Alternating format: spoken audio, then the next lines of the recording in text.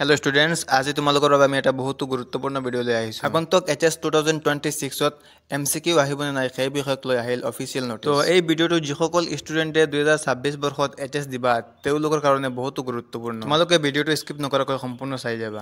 আৰু তোমালোক যদি এই চেনেলটোত প্ৰথমবাৰৰ বাবে আহিছা তেনেহ'লে সাবস্ক্ৰাইব কৰি দিবা আৰু এনেকুৱা ভিডিঅ' পাবৰ বাবে। তো স্টুডেন্টস আহক আমি ভিডিঅ'টো কন্টিনিউ কৰোঁ। তো স্টুডেন্ট তোমালোকৰ Assam state school education board division official ৱেবছাইটত এটা নোটিছ আহিছে আৰু এই নোটিছ মতে তোমালোকৰ ফাইনেল এক্সামত তোমালোকৰ HS 2026ৰ এক্সামত MCQ আহিব নে নাই বা MCQ বেছড কুৱেশ্যন আহিব নে নাই সেই বিষয়ত তোমালোকৰ এখন নোটিছ প্ৰকাশ পাইছে। গতিকে এই ভিডিঅ'টোৰ জৰিয়তে তোমালোকে প্ৰশ্ন উত্তৰ পাবা তোমালোকৰ এক্সামত MCQ আহিব নে নাই। স্টুডেন্টস আহক।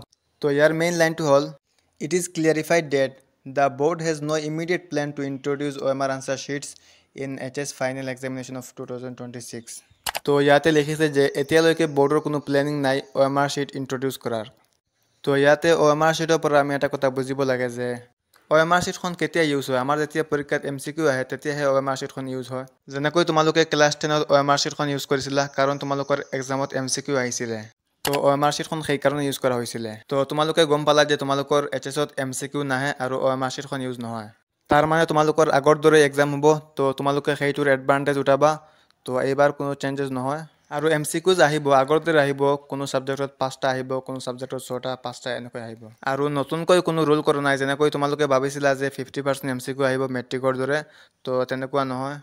তো তোমালোকে যদি এই নোটিছখন চাব বিচৰা ডেছক্ৰিপশ্যনত লিংক দিয়া আছে চাব পাৰা। আৰু তোমালোকে বেছিকৈ কুৱেশ্যনবোৰ প্ৰেক্টিছ কৰিবা আৰু বিশেষকৈ তোমালোকৰ প্ৰিভিয়াছ ইয়াৰৰ কুৱেশ্যন পেপাৰবোৰ বেছিকৈ সলভ কৰিবা। কাৰণ তোমালোকে যিমানেই বেছি কুৱেশ্যন পেপাৰবোৰ সলভ কৰিবা তোমালোকৰ কুৱেশ্যনবোৰ সলভ কৰাৰ এক্সপিৰিয়েন্সটো বাঢ়ি যাব আৰু তোমালোকে এক্সামত এটা ভাল স্ক'ৰ কৰিব পাৰিবা।